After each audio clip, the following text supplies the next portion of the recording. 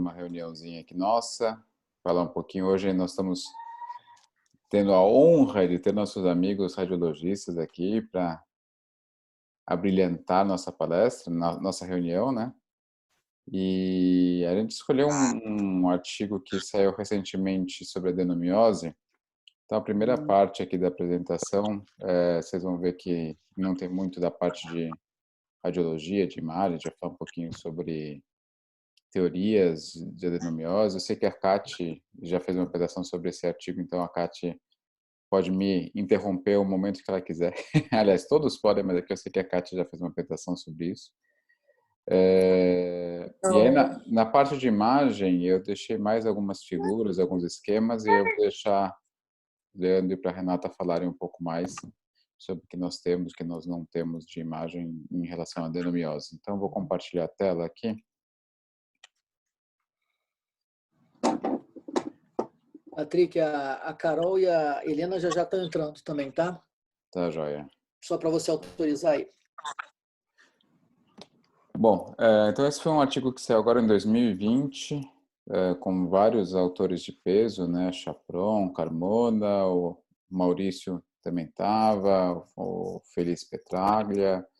Então, falando um pouquinho sobre uma abordagem integrada, né, clínica e de imagem da adenomiose. Então, eles começam o artigo falando um pouquinho sobre o que é a adenomiose e eles falam um pouco sobre a teoria de Palm-Cohen, né, que não sei se todo mundo se lembra exatamente o que era essa teoria de Palm-Cohen, então eu coloquei um esqueminha aqui, que é uma Está teoria... gravando, Patrick? Tô gravando. Tá.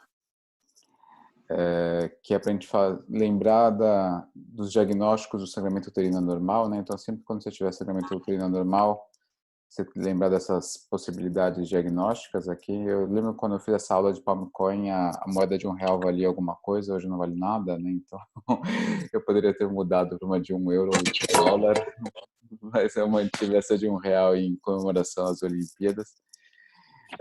Então, quando a gente fala de Palm, a gente tem que lembrar de pólipo, de adenomiose, de leiomioma, de doenças malignas, e de Cohen, distúrbios de coagulação, disfunção ovulatória, doenças endometriais, alguma causa iatrogênica e alguma não classificada ainda. Então, só para lembrar de diagnóstico e de terapêutica de Palm-Cohen.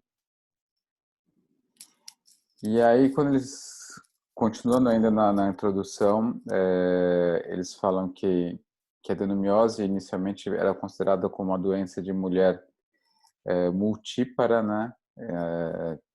Normalmente após os 40 anos, que já teve filhos, que já teve alguma cirurgia né, uterina e com uma grande quantidade de fluxo menstrual. No entanto, a gente sabe que isso caiu em desuso ultimamente, né? A gente sabe, inclusive, que existem mulheres com adenomiose que são inférteis, com dor pélvica ou mesmo assintomáticas. Então, os avanços que existiram no diagnóstico por imagem nos permitiram fazer um diagnóstico, né, nesses casos, e muitas das mulheres que a gente nem imaginava que poderiam ter adenomiose, hoje, com uma boa ressonância, um bom ultrassom, a gente consegue ter esse contato. E os principais termos, né, que eles utilizaram aqui para pesquisa e para poder fazer esse levantamento biográfico foram sangramento uterino anormal, adenomiose, diagnóstico, dismenorreia, estão todos eles listados aqui. Então, eles fizeram um levantamento biográfico levando esses unitermos em consideração. E aí eles já passam para as teorias patogênicas de adenomiose, né? Então, as teorias mais aceitas são da invaginação do endométrio através da zona juncional, né? Então, isso é descrito desde 2001 por Parrot e Bergeron em 2006, e esse aumento da invaginação das células endometriais poderia ser por uma fragilidade muscular, das fibras musculares, que poderiam ter perdido sua coesão. Além disso, Espera só um pouquinho, que tá bem na frente aqui. Pronto, consegui tirar. Não existe uma terminologia uniforme para a zona juncional, né? Então, ela é considerada como a camada mais interna do miométrio, né, em contato com o endométrio, e não existe uma classificação estrutural histopatológica, né? Então, quando você vai avaliar a zona juncional no histopatológico, você não consegue identificar uma grande, né, você não consegue identificar propriamente a zona juncional. Além disso, outra teoria que eles consideram como possível para a adenomiose seria o traumatismo, né, o traumatismo e a reparação do tecido, e isso daí poderia ser ou por uma cirurgia ou por alguma lesão prévia, né, tipo numa curetagem.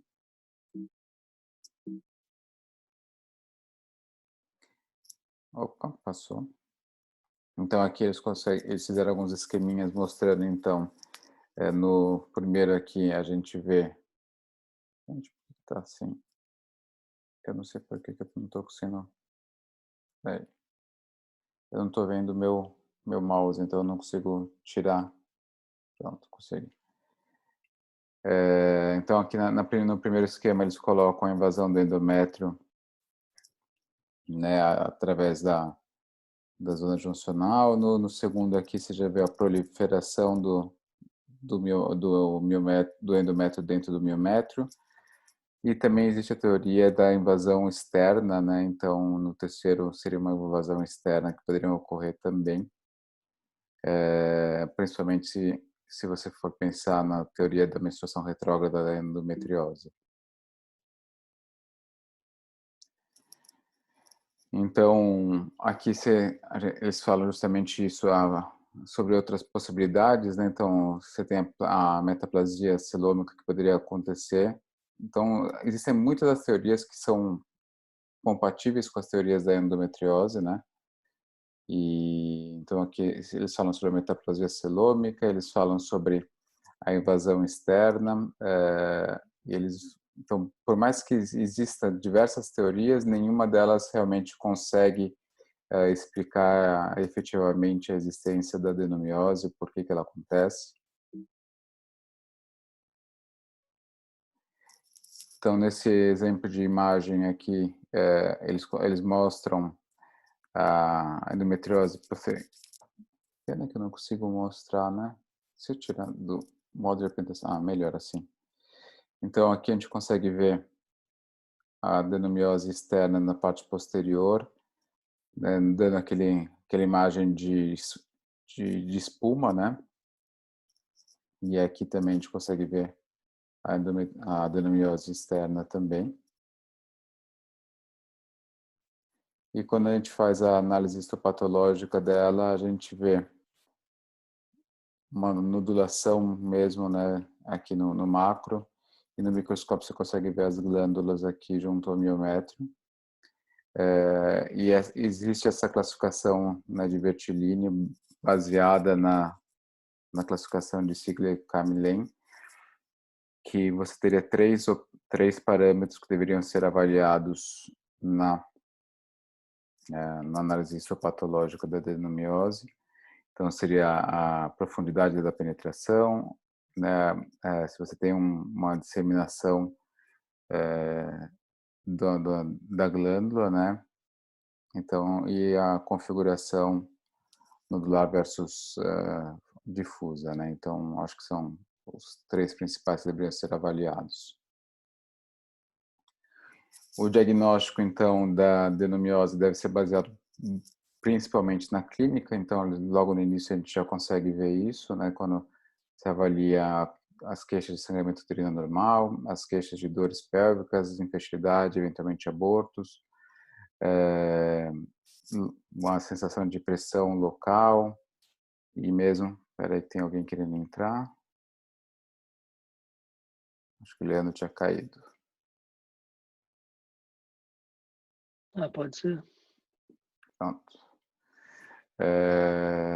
E mesmo sintomas gastrointestinais ou mesmo urinários também podem acontecer. lembrar sempre da correlação com outras patologias ginecológicas, como miomas e endometriose. Então, eles colocam aqui uma correlação de até 22%, quase 23% com miomas, de 80% com endometriose. Se a gente levar em consideração uma tese lá do HC do Midgley, em que foram avaliadas as esterectomias em pacientes com endometriose, foi observada uma correlação de 90%, então até maior do que a relatada aqui. E aí, quando a gente fala de imagem propriamente dito, então eu coloquei alguns esquemas aqui, eu vou deixar para o Leandro e para a Renata falarem um pouco mais. Eu acho que eu consigo compartilhar para eles serem anfitriões também, conseguirem mexer aqui, deixa eu ver. Ó. Leandro, assume aí que eu vou atender o telefone aqui, inclusive. Pode falar um pouquinho sobre. Alô? Agora sim. Alô? Deixa eu só de volta. Estão me ouvindo? Eu. Tranquilo. Bom, eu vou falar um pouquinho, aí a Renata complementa também. Aqui, um útero retrofletido, e a gente vê um nódulo, ele é muito bem delimitado, Por favor. tem um efeito expansivo, Pode tomar meus cuidados. é um aspecto bastante típico de um Laboratório, mioma, por favor. e a adenomiose focal, ela não é homogênea, os contornos da adenomiose elas são indefinidos, infiltrativos, e ela também não costuma ter esse efeito expansivo. Eu quero que faça Normalmente ela é mais infiltrativa uma do que progressão expansiva. pela manhã. Esse é um critério que a gente usa para fazer o diagnóstico Da diferencial fita entre um mioma também, por favor. e um adenomioma ou uma adenomiose focal. Agora eu vou deixar a Renata falar o próximo slide. Patrick, acho que ele precisa... Dor pélvica refratária a tratamento clínico. Quer falar, Renata?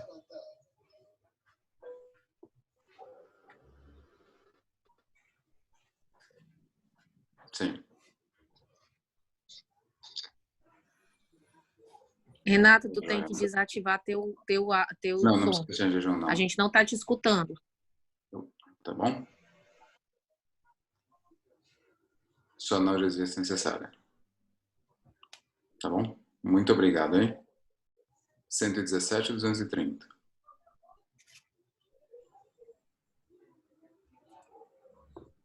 Tá sem áudio, Renata.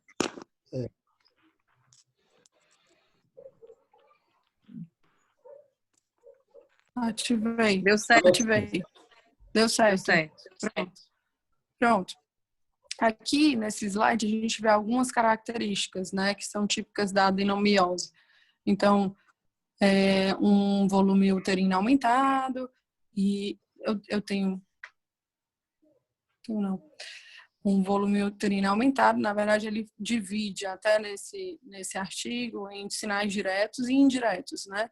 Então, os sinais diretos seriam aqui essas linhas, a junção, a zona juncional irregular, né, com algumas interrupções, esses microcistos aí, esparsos, né, também como sinais diretos, e outro sinal direto também seriam essas linhas em leque, né, que ele fala.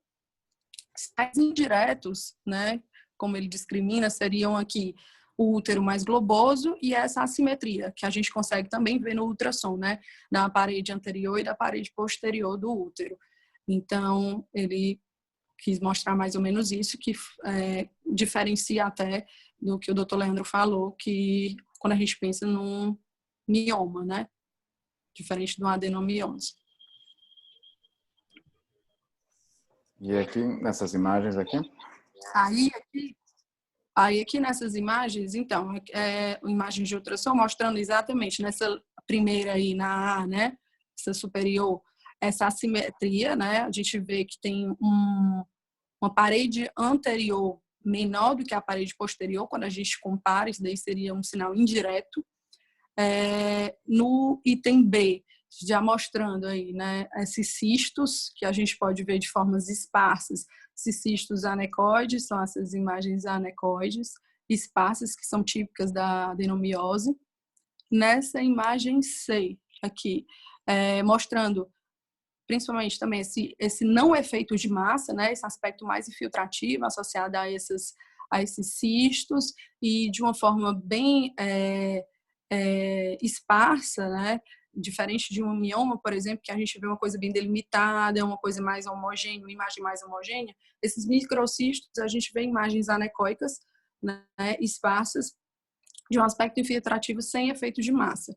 Já na D, é aquele sinal direto que ele determina, né, que são essas raias em leque, né, esses tracejados, essas imagens, essas estrias que como a gente descreve, né, em leque. São sinais diretos de adenomiose, como o artigo coloca. Aqui nesse E e F é mais para mostrar, são ultrassons 3D, né, diferente dos outros que são bidimensionais, ultrassons convencionais.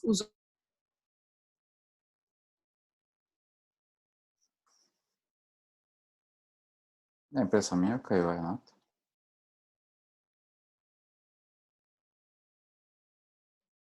Imagens, né, radiológicas são importantes para dar esse diagnóstico mais precoce e você conseguir tratar melhor essas pacientes.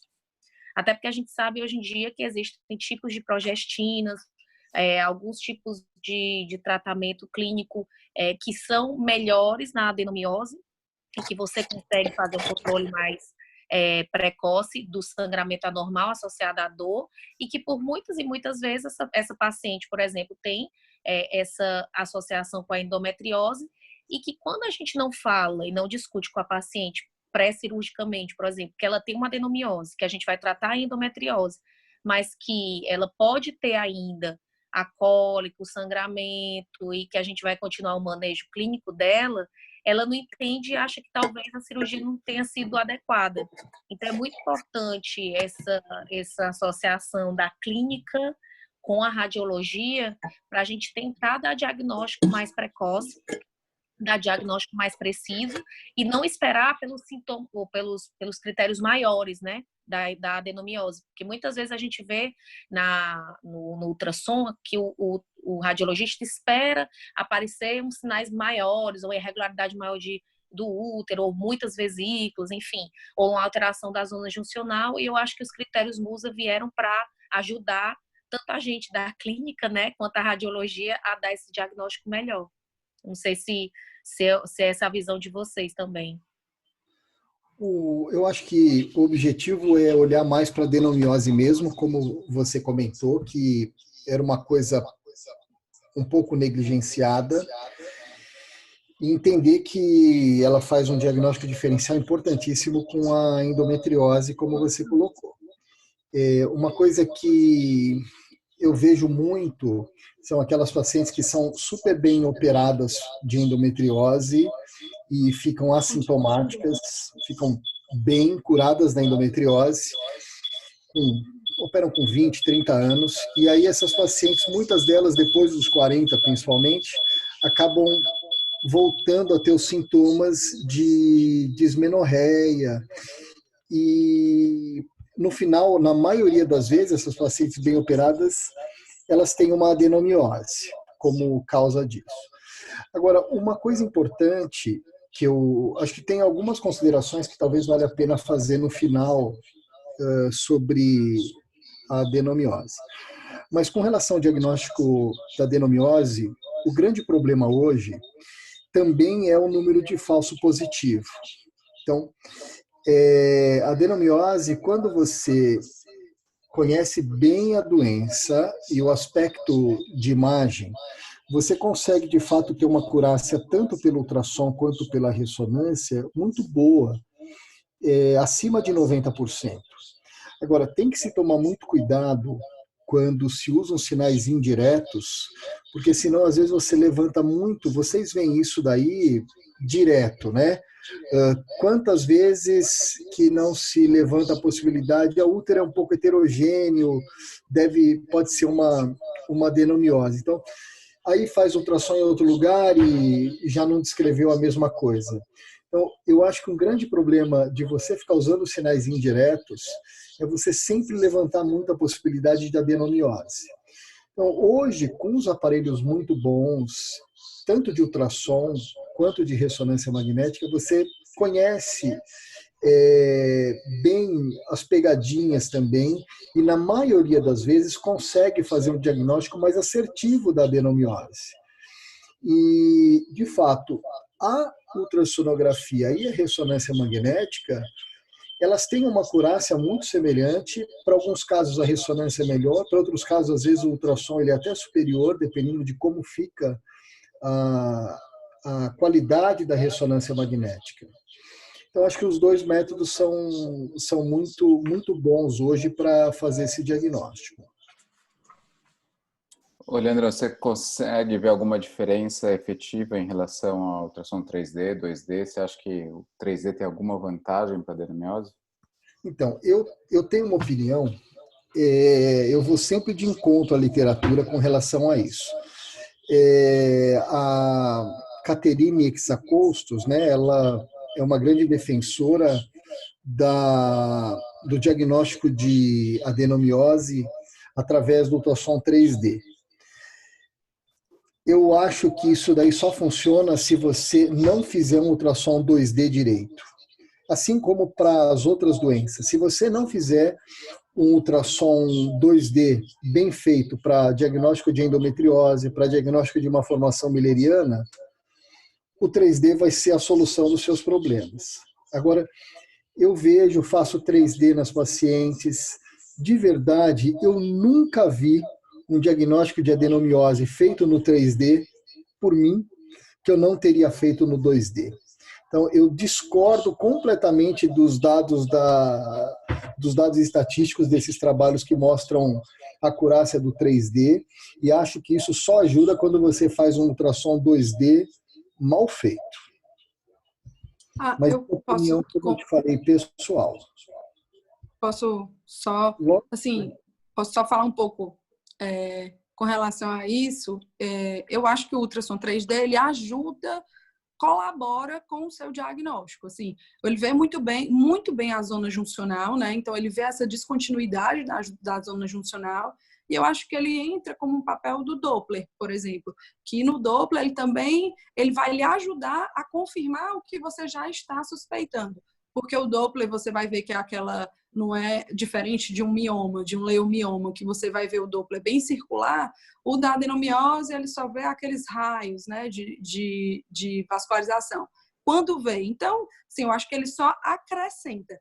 Fechar diagnóstico, eu concordo também que não. Assim, acrescenta se você tiver uma grande suspeição, nem precisaria, né? Concordo. Maravilha. Então, aqui, tem alguns critérios, vocês falaram já um pouco sobre isso, né? Acho que a Renata comentou. Já falei, são sinais diretos e indiretos, né? E vocês querem comentar um pouquinho as imagens da ressonância? Quer comentar, Renata, ou quer que eu comente? Não, pode comentar. Tá. Então, uma coisa importante é que se deu muito valor, e os próprios ginecologistas acabam valorizando isso, de tanto que os radiologistas falaram, que é a espessura da zona juncional. Há muito tempo eu falo que a espessura da zona juncional não serve para nada. Eu acho que, além de variar de acordo com a fase do ciclo, vocês imaginam como que eu posso estabelecer um critério de 12 milímetros para a espessura da zona juncional, e esse critério de valor absoluto, apesar de existir um relativo que a gente não usa. Imagina eu aplicar esse critério para um útero que tem 30 centímetros cúbicos e esse mesmo critério para um útero que tem 120 centímetros cúbicos. Então, por si só, já é um critério muito falho. Além do que, a zona juncional varia de acordo com a fase do ciclo e com o uso de anticoncepcional. E saiu o ano passado um artigo comparando pacientes com adenomiose e sem adenomiose, operadas, em que foi feita esterectomia, e ele mostrou que, de fato, a espessura da zona juncional ela não tinha nenhum valor agregado no diagnóstico. Ou seja, o que a gente tem que valorizar são outras alterações associadas da zona juncional, como a presença de microcistos ou francas irregularidades ou espessamentos focais da zona juncional.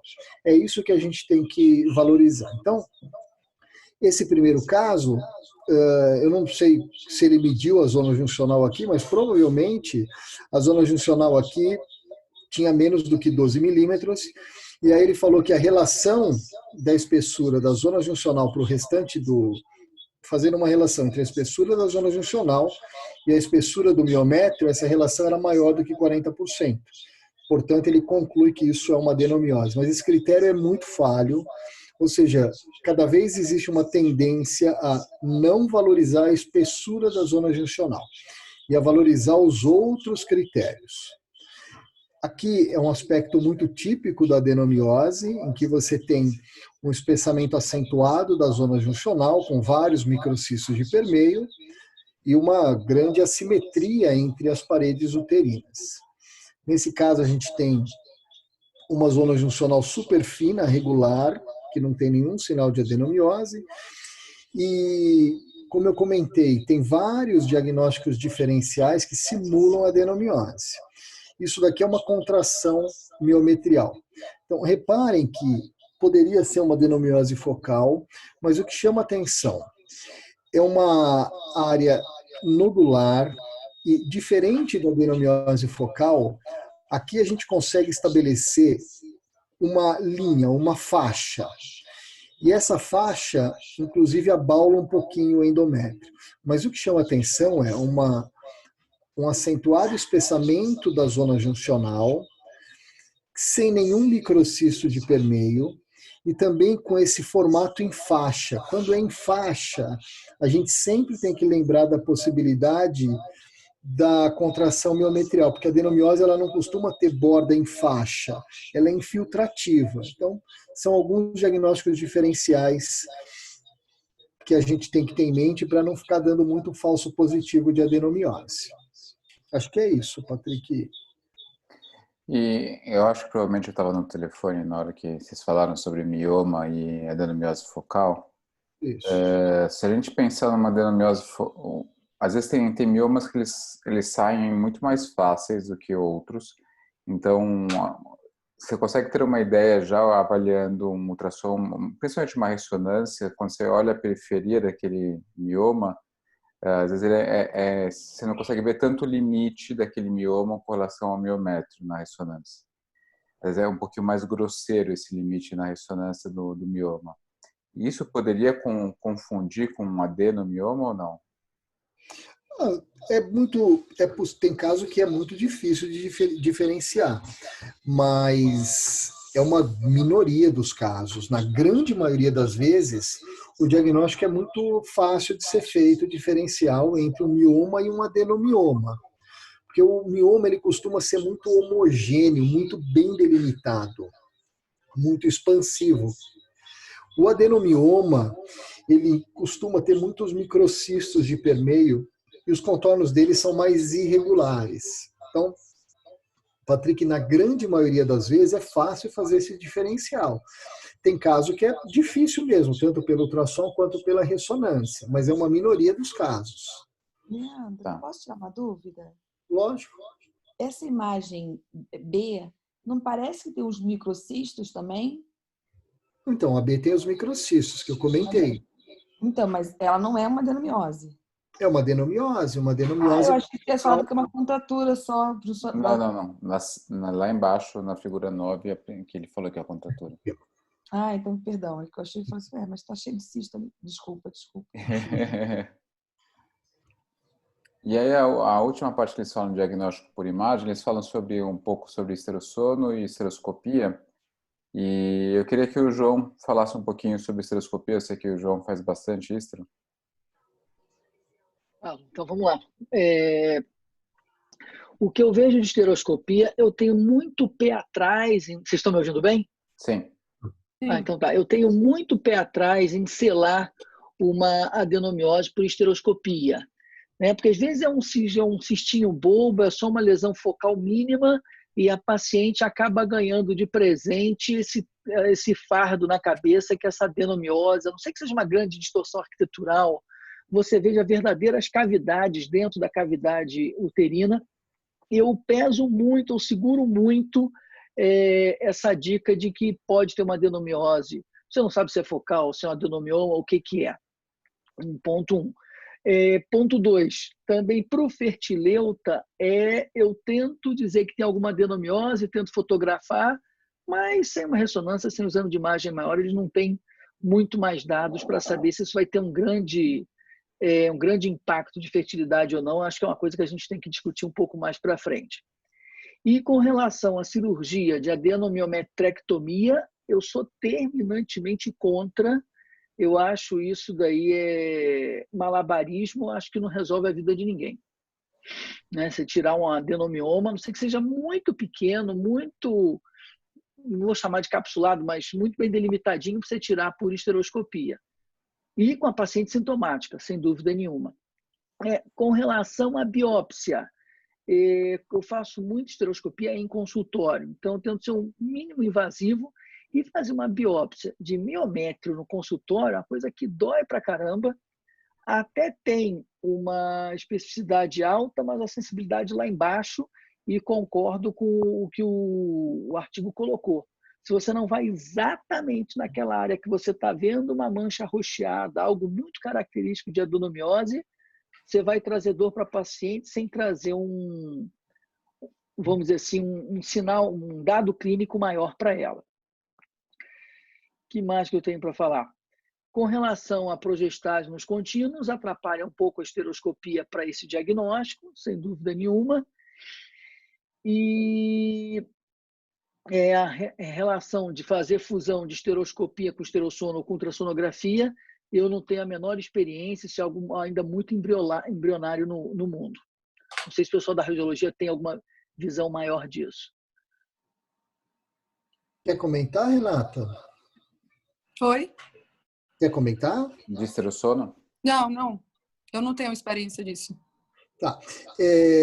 Com relação a esterossono, eu acho que eu vi alguns casos, eu não costumo fazer, mas eu acho que é mais fácil de ver, como o João comentou, que às vezes você distende a cavidade e facilita a entrada de líquido em alguns microcistos que comunicam com a cavidade.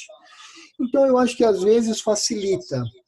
Isso a gente pode ver, como o João falou da esteroscopia, eu concordo com ele, acho que às vezes você vê um ou outro microcistinho que talvez não tenha nenhuma relevância e eventualmente tem uma adenomiose mais extensa que a gente não tem acesso porque a gente usa de sinais indiretos. Mas, por exemplo, a esterossonografia ou a própria esterorressonância magnética, que também é possível de fazer, fica mais fácil quando você acaba distendendo a cavidade e preenche esses microcistinhos que têm continuidade. Mas eu acho que, de fato, para fazer o diagnóstico, não há nenhuma necessidade disso. Eu acho que o diagnóstico é eminentemente clínico. Eu acho que não...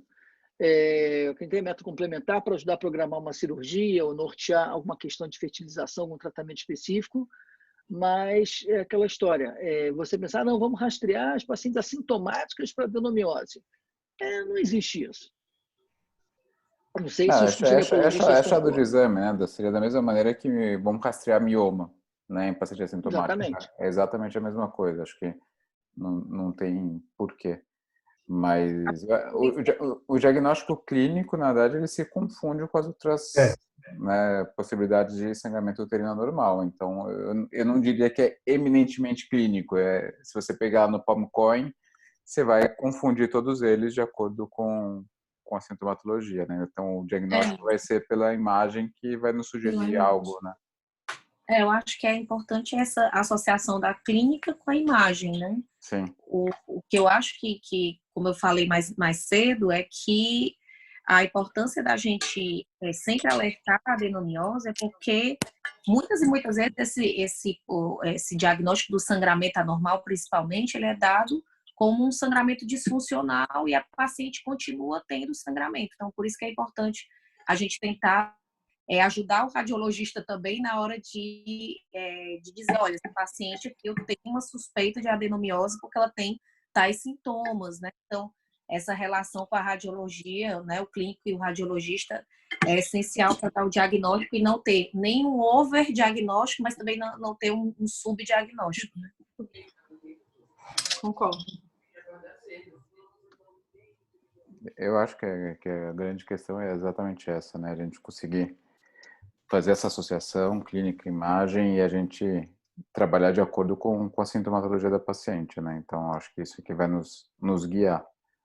Uma coisa importante no diagnóstico de adenomiose é que se a gente atrasar muito esse diagnóstico, quando a gente tiver o diagnóstico da paciente, vai estar na hora dela querer engravidar, e aí o tratamento da adenomiose para a paciente que quer engravidar é super complicado, né?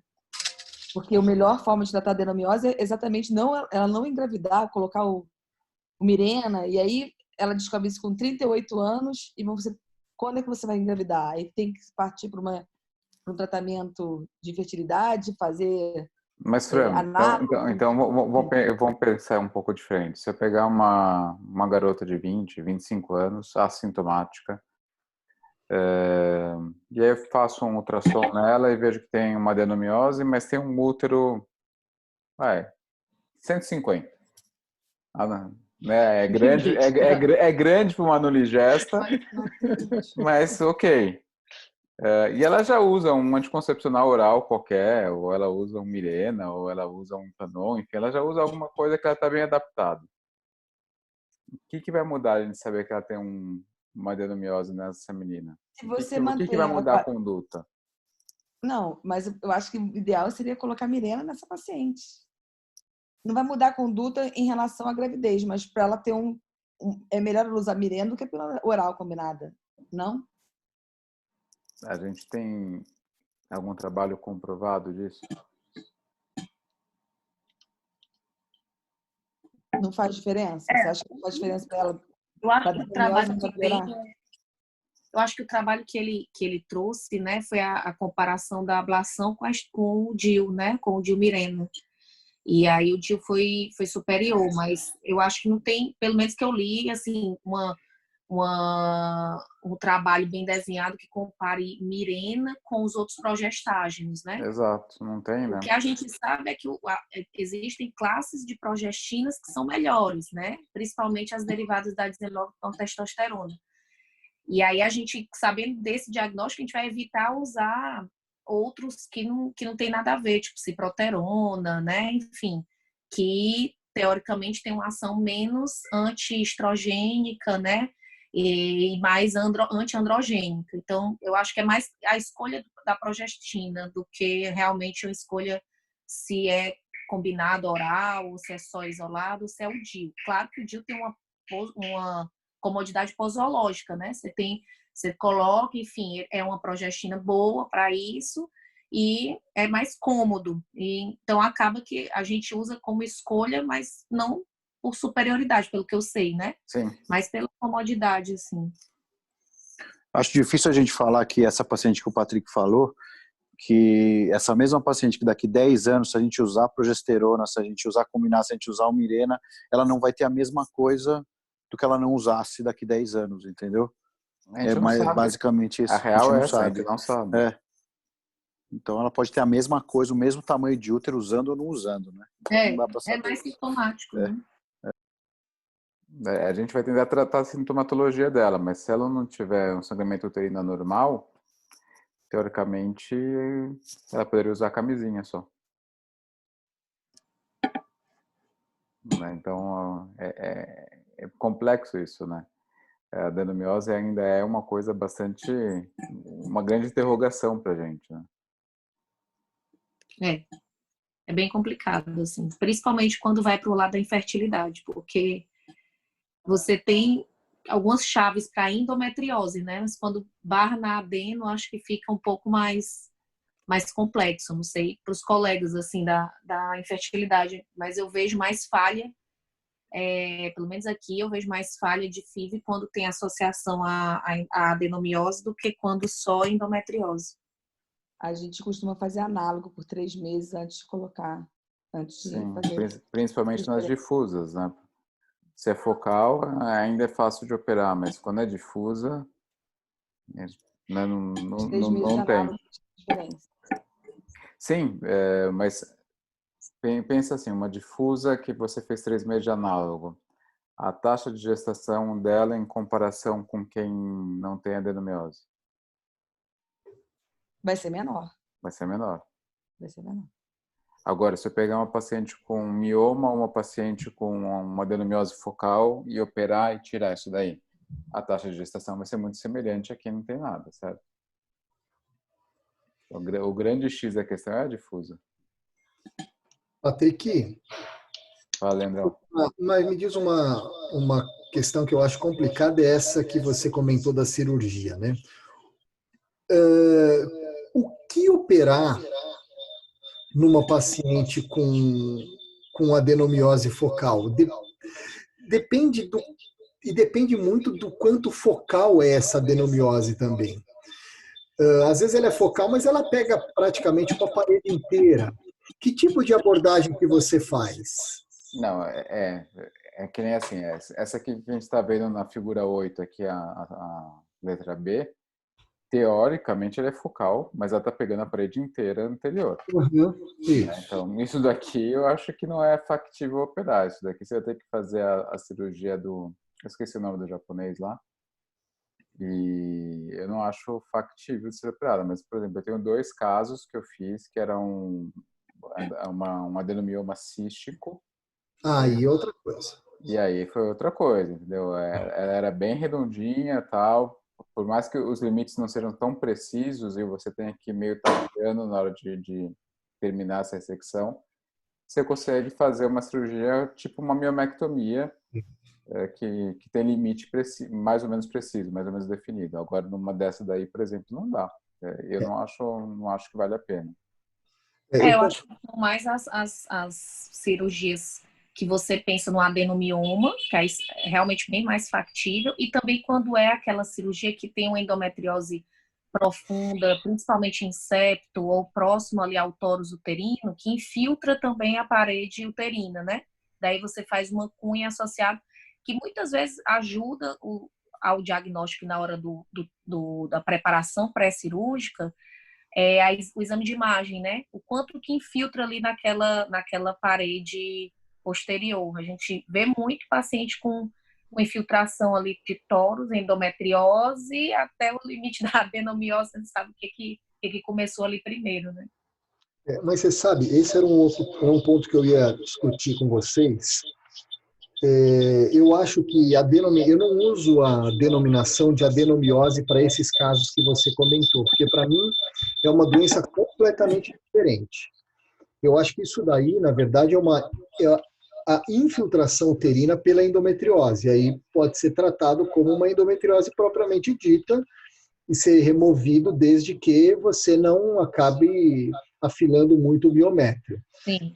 Eu acho que são doenças diferentes e por isso que o Patrick comentou sobre o trabalho do Midley. E os trabalhos, eles confundem muito a adenomiose propriamente dita, como a gente conhece, a que vem da zona juncional, com essa infiltração por endometriose. E por isso que os trabalhos mostram resultados errados. Então, o trabalho do Midley que eu participei, ele mostra um trabalho errado, ele mostra resultados errados, porque mostra uma associação enorme de adenomiose com endometriose. Mas, na verdade, o que nós chamávamos de adenomiose externa, na verdade, é uma infiltração por endometriose. Então, se você for ver puramente a adenomiose propriamente dita, não a infiltração por endometriose, e você for comparar isso com a endometriose, a gente não vai achar uma associação tão forte, porque os trabalhos acabam botando tudo no mesmo bolo. Adenomiose propriamente dita, com infiltração por endometriose, e aí acha uma associação enorme. Quando você bota isso daí no mesmo bolo, não tem dúvida de que a associação vai ser muito grande. Então, Patrick, esse trabalho do Midley, no final, quando a gente fez tudo e acabou publicando, eu acho, depois, com o tempo, a gente começou a ser muito crítico com relação à conclusão que nós tiramos do trabalho, sabia? Porque na verdade você acaba vendo que muito mais é endometriose infiltrativa Exato. interna, né? Então, e a gente conclui que tinha uma associação enorme, mas na verdade a gente está vendo praticamente a mesma doença, né? Sim. Tanto que eu acho que o Chapron tem uma teoria de que as adenomioses focais são muito mais uma classificação, principalmente na parede posterior, né? Em contiguidade com alguma lesão. São muito mais uma associação à endometriose, e aí ele bota no bolo da endometriose do que só a adenomiose, né? Que a adenomiose focal seria uma coisa e a difusa é que é outra parte da doença, como se fosse assim. E faz sentido. Sim. É isso mesmo. E pessoal, a gente estava conversando aqui no bate-papo, então vamos colocar para a gente falar aqui, que é mais fácil. A técnica lá do japonês, o autor chama-se Osada. E, na verdade, assim, eu estava conversando uma vez, eu estava conversando com o Sérgio uma vez, e o Sérgio me falou que o Adolfo Lial comentou que no Japão eles preferem não fazer FIV por uma questão cultural. Então, por isso que esse autor ele acabou desenvolvendo essa técnica de adenomiomectomia difusa, em que ele faz uma sutura em jaqueta, que ele tem uma taxa de gestação até que razoável, em torno de 20 e poucos por cento, quase 30%, então não é ruim. Mas ele só faz laparotômica, não tem nenhum único caso descrito, seja por via laparoscópica convencional ou robótica assistida. E o único autor que descreve é o Osada, não tem nenhum outro na literatura. E aí o João estava comentando aqui sobre a metroplastia de Strassmann. Como não é da minha época, que eu sou mais novo, João, comenta um pouquinho aí. O Strassmann você literalmente abre o útero ao meio, faz como se fosse uma cunha. Ela inicialmente foi inventada para correção de septo uterino, certo? Mesmo aqueles septos muito grandes, você abre o útero de cima a baixo, verte ele, resseca o septo e ressutura tanto na frente quanto atrás. Também já se usou isso para adenomiomectomia laparotômica, ou até laparoscópica, mas o resultado realmente é muito ruim. A chance de rotura uterina, porque é uma cirurgia que você vai pensar em fertilidade. E Sim. O resultado depois disso é a gravidez de alto risco, chance de rotura uterina, então cada vez se usa menos. E hoje em dia você tem excelentes resultados com esteroscopia para corrigir septo, então foi uma cirurgia que eu acho que desde 1960 ou 70 se falou de fazer. Ramiro, comenta aí, vocês falaram que você publicou junto com o William? Eu vou falar inglês melhor para todos, sim? Pode falar em inglês. Perfeito. Então, espera. Okay, so I have to try to change my chip because I'm thinking Spanish, then I start thinking Portuguese. Really crazy. But what we did with Professor William is that he asked us to do a paper about the treatment, the surgical treatment, and we did a literature review. It's really interesting because we find out that if you have an adenomioma, if you have almost 80 to 90% of success rate with abnormal uterine bleeding, with pain, and also with fertility. And if you have like diffuse adenomyosis, you can do the partial adenomiectomy, and you have over 50% of success rate with the same, almost 50-40% with fertility and all this. But it totally depends in the surgical abilities. Because before, as you remember, like in myomectomies, you were used to force, like in the certification of the reproductive surgery system, they ask you that every time you do a closure of the myometrium, you have to do extracorporeal knotting. But now with all the knowledge that we know because of Professor Armando, we know that intracorporeal knotting almost match or even overpass the extracorporeal knotting. So if you do a 3-flap adenomyomectomy and you do know how to suture, or you use I don't know, like the new sutures, with a little bit more tensile strength, you get me? You will get more success rate than before. So that's why we did that paper for Professor Kondo, because he wanted to show that with the review of the literature, you really have a really good prognosis if you do the surgery by laparoscopy. Even though if you have a lot of adenomyosis, you will get really good success rate. So that's what he is going to try, because we already have like 4 or 5 videos of him doing like really big, adenomyomectomies, and just the 3 overlap, and then he already have like 2 or 3 pregnancy positive without pregnancy ruptures. But it totally depends on that. So it's really interesting. I sent the article there. Então, você está dizendo que o William tem casos que ele fez essa sutura em jaqueta? Sim, ele faz 3... Pode falar em inglês, pode continuar em inglês. Okay, that's perfect. So he do the 3-lap. So he enters with the ultrasonic, and then he finds the adenomyotic tissue, tries to put it out. He obviously he put inside like I don't know, like methylene blue or something, because the worst thing if you do like adenomyomectomy is if you hurt the endometrium. So he really tries to not to hurt the endometrium, and then just put a 3 flap, and that's it. And he already have like really good success rates with pregnancy. And I think it's good, because a lot of patients went before for IVF, and they, continually miscarriage. And when they do this, obviously they got good pregnancy rates. Probably they did get like something about like, I don't know, because one of them got obstetric hysterectomy, probably because of the attachment of the placenta, but that's it. Okay, let me ask you something. Which suture do you prefer to do that? Well, he used monocryl or PDS, and he used like 0 to 0, depends. Probably in the first he used 0, and triple double, and he in the first he used a separate node, and then he used a continuous suture, and that's it. He never used suture, Barbate suture. Yeah, really interesting. And when we did the literature reviews, see all the papers that we have, it's really, really interesting how if you have a good technique, you will get good success rates. Maravilha.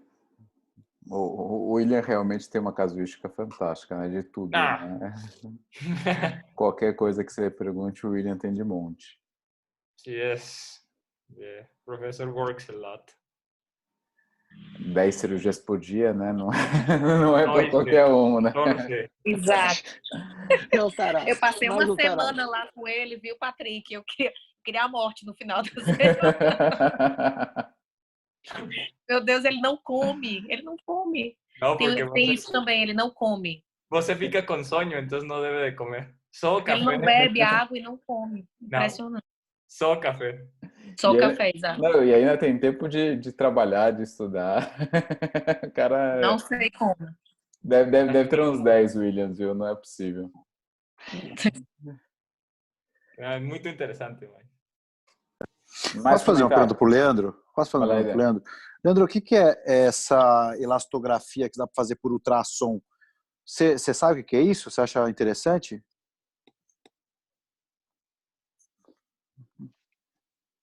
Está sem som, Leandro. Estava desativado. A elastografia, ela é uma outra técnica que você pode utilizar em alguns aparelhos de ultrassom. Então, assim como tem o Doppler, a elastografia ela vai estudar a característica do tecido com relação à rigidez. Então, você imagina que, de acordo com a rigidez de um tecido, você consegue ter uma coloração diferente. Então, ele é um tecido mais rígido, como, por exemplo, um mioma, ele vai se mostrar, por exemplo, mais verde ou mais vermelho. e é um tecido mais amolecido, como uma adenomiose, vai se mostrar de forma diferente.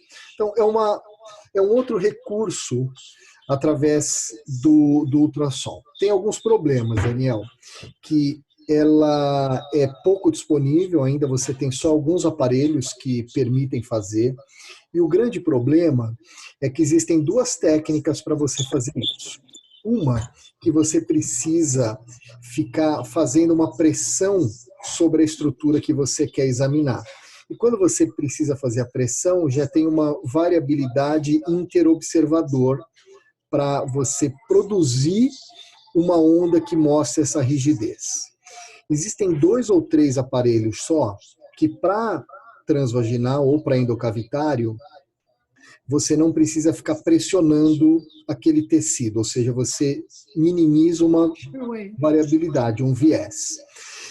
Só que são muito caros esses aparelhos. São 2 ou 3 disponíveis só e são muito caros, então ainda é pouco viável. E, de fato, existe um trabalho chinês que mostrou ótimos resultados para você fazer o diagnóstico de adenomiose através dessa elastografia. Vamos ver, eu acho que é uma coisa que a gente ainda precisa ganhar experiência. Como eu te falei, o grande problema hoje é a disponibilidade disso para o ultrassom endocavitário. Se você for pegar para avaliação, por exemplo, de fibrose hepática, esse é um método super consagrado já, ele pode ser considerado como o padrão ouro ou muito próximo da ressonância magnética para você fazer a predição de graus de fibrose hepática. Mas aí você tem uma disponibilidade maior de aparelhos com o transdutor convexo para você fazer essa elastografia. Para o endocavitário é mais complexo, então você tem pouca disponibilidade. Mas já tem gente fazendo no Brasil, é muito pouco ainda, mas acho que a gente vai ter que ganhar experiência à medida que esses aparelhos forem chegando. Posso falar um pouquinho da minha experiência? Lógico. Então, lá na USP, né, lá no INRAD, eu fazia bastante Sharewave no hepático, né? E aí começaram a surgir uns trabalhos na parte de ginecologia. E eu acompanhei, e aqui em Fortaleza eu já faço alguma coisa para a gente ver exatamente esse grau de dureza, né, do tecido. Na adenomiose, como você falou, tem pouquíssimos trabalhos, né, e que não fecham o diagnóstico, mas, assim, é um software, né, que ajuda, né, a medir ali o grau de dureza do tecido. E na adenomiose, quando você faz compressão, que é diferente dessa outra que são ROIDs, né, que seria a Sharewave, quando você faz compressões, você delimita aquele tecido e você consegue ver, comparar com um outro tecido, né? Porque não deixa de ser uma comparação com outro tecido. E você vê na adenomiose que aquele tecido é mole em relação ao tecido sadio, vamos dizer. E é interessante na diferenciação do mioma, né? Que aí o leiomioma ele vai aparecer bem duro, como você disse, e a gente consegue delimitar melhor aquela área, né? Então, é um software que ajuda no diagnóstico, mas ainda... Aí tem outra coisa, né? A elastografia, ela é importante, ela precisa de alguns estudos para você ter parâmetros. Na adenomiose não tem parâmetros. No fígado você tem parâmetros que veem um grau de fibrose de acordo com com o resultado da elastografia. A grande dificuldade é isso. Cada marca, né, e a IGE, Philips, cada marca tem um trabalho, e cada trabalho tem o seu ponto de corte. E no fígado já está bem estabelecido, por isso que ele é um padrão. Lá na ginecologia, né, e na obstetrícia, que também eu já vi vários trabalhos com relação à placenta, por exemplo, que são fantásticos, não tem tanto, não tem ponto de corte, então você não consegue fazer quantificar comparativamente esses graus de dureza. Então ainda é muito inicial, né? E mudando da água para o vinho aqui, mas na imagem ainda. O que vocês acham dessas tecnologias mais portáteis, tipo Butterfly? Não sei se já usaram isso, de conectar no celular e poder fazer um ultrassom.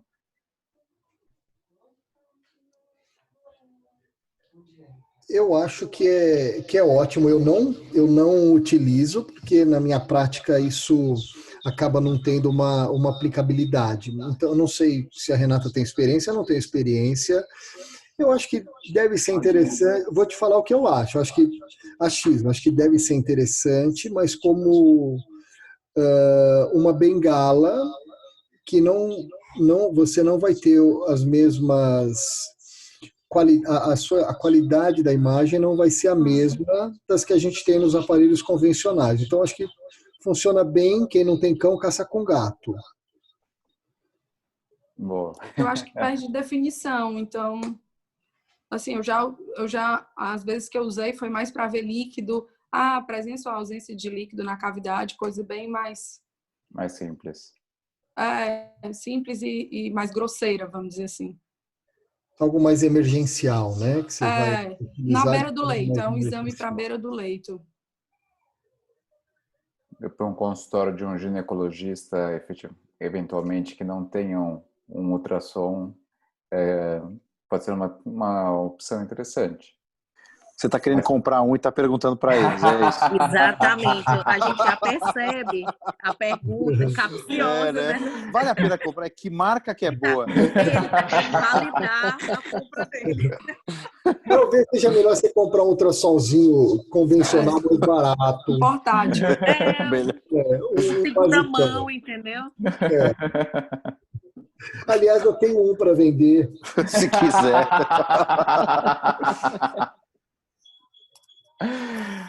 Boa, gente. Eu também, se você quiser ver o meu. Mas aí tem o frete de Petrópolis, fica inviável agora. Eu levo, amigo. Comentários. Não, eu só reforçando um pouquinho o que foi dito, eu acho que a adenomiose, ela se apresenta de formas muito diferentes de acordo com cada paciente. Tem várias formas de apresentação. Por isso que é difícil de definir um tratamento, na minha opinião, principalmente cirúrgico. Como o Patrick comentou, poxa, você tem um adenomioma cístico, ele tem um comportamento parecido com mioma, parece muito mais fácil fazer a cirurgia.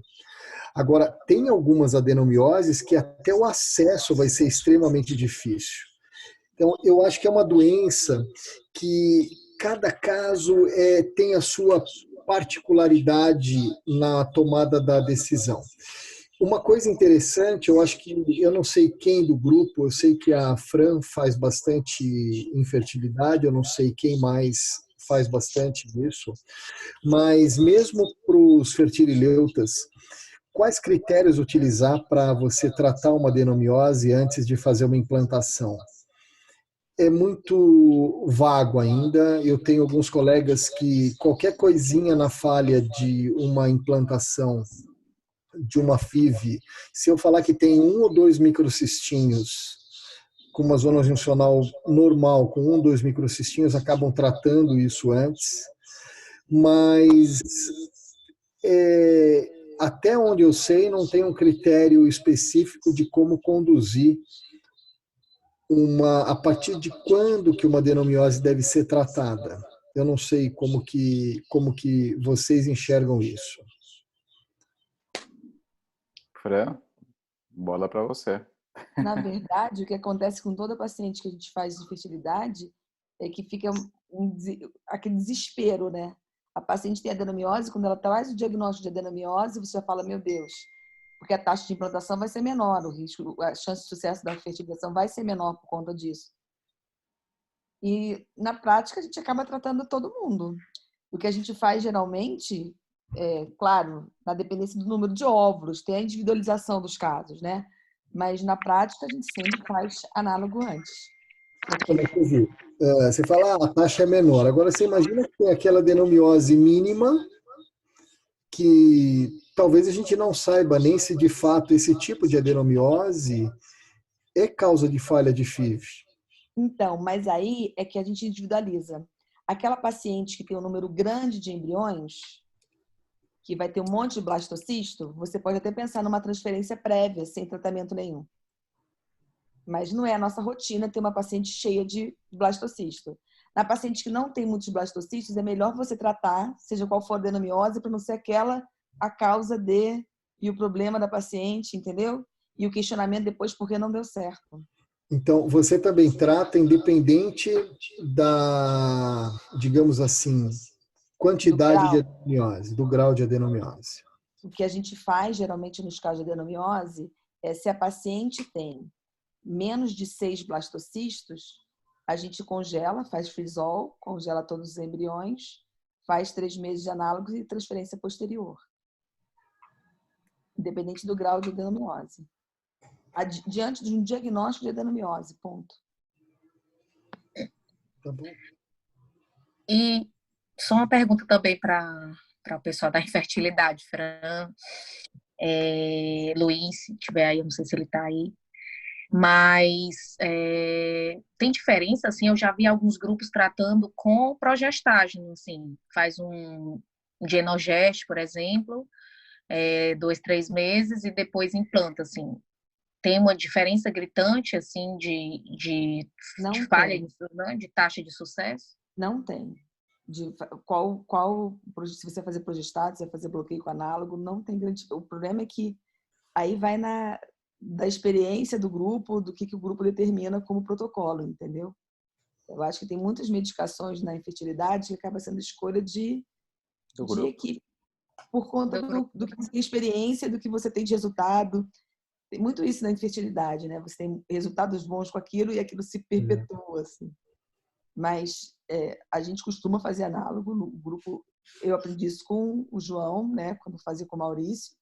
E aqui a gente também faz muito análogo nesses pacientes, mas tem grupos que fazem só progestagem. Não é uma decisão unânime. Não é uma regra, né? Uhum. Depende do protocolo que cada um costuma seguir. Bom, ou seja... Os resultados sempre dão certo com análogo, eu sempre usei A adenomiose, a gente tem um monte de teoria, a gente não consegue explicar como ela aparece, né? Na real, é essa a nossa situação, a gente não sabe como aparece. O tratamento, a gente não tem como fazer um protocolo, a gente acaba fazendo uma coisa muito mais individualizada, né? Não tem... É bem difícil fazer um protocolo generalizando todas as pacientes. Então, a adenomiose ainda é uma grande incógnita para a gente, né? Ô, Patrick, uma coisa que o Maurício sempre falava para mim, que ele gostava de fazer, era trocar o Mirena a cada 3 anos. Ele faz isso? Ele falava para mim que o Mirena tinha que ficar 3 anos com a adenomiose, que não deveria usar 5. Cara, não tem nada de literatura disso, né? Se a gente pegar... Mas ele trocava a cada 3 anos o Mirena. O Bahamondes, que é um cara puta estudioso, né, de Planon, de Mirena e tal, ele fala que o Mirena tem uma duração, inclusive, até para 7 anos. Então, assim, para você fazer uma reposição hormonal usando Mirena, você pode usar por 7 anos tranquilamente e que, se fosse pensar em contracepção, daria para usar 6 anos tranquilamente. Então, palavras do Bahamondes, isso eu já vi em aula que ele deu lá no HC, já vi em aula que ele deu para a indústria, já vi em aula que ele deu em congresso. Então, você fala isso. Então, eu acho que eu acreditaria mais em quem estuda isso propriamente. Ele falou por conta do nível de progestágeno que vai cair depois de 3 anos e que achava melhor fazer só 3 anos. Não sei. Eu acho que é uma impressão dele, talvez, não sei. Não sei. Opinião de especialista. E ela já foi paga, esse valor já foi pago, né? Alguém mais? Acho que é isso. Mais perguntas, comentários? Não. Não, então convidar vocês para amanhã. Eu e o Leandro vamos fazer uma live sobre diagnóstico por imagem endometriose, às 8 horas no Instagram. Faremos perguntas. estão mais do que convidados. Traremos. Pode ferrar, vai estar o Leandrão lá Fazer umas perguntas. para responder tudo. Vocês começam lá Eu respondo as fáceis. Mas se quiser, eu pergunto a opinião A gente vai perguntar, hein, do Patrick. Tá bom, A gente pessoal. começa mais Tá cedo, bom, viu, pessoal. Patrick? A questão é de diagnóstico por imagem, né? Então a gente deixa para o Leandrão responder. Eu peço sua experiência pessoal. Gente, muito obrigado. Tchau, por todos pessoal. hoje. Tchau, pessoal. Um abração. Até mais. Prazer Tchau. ver. Não vai ter Tchau. foto, não, gente? Pera Vai aí, ter foto? pera, então vamos fazer a foto. Tem que porra. ter foto. Tem que ter a foto. Eu tava esquecendo da foto. Foto à noite, essa hora da madrugada. Todo mundo dando tchau. Pronto, Foi. gente, maravilha. Tchau, tchau. Tchau, Tchau, boa noite. Leandrão, prazer em revê-lo. Prazer é todo meu, como Todo sempre. meu. Tchau, tchau. Tchau,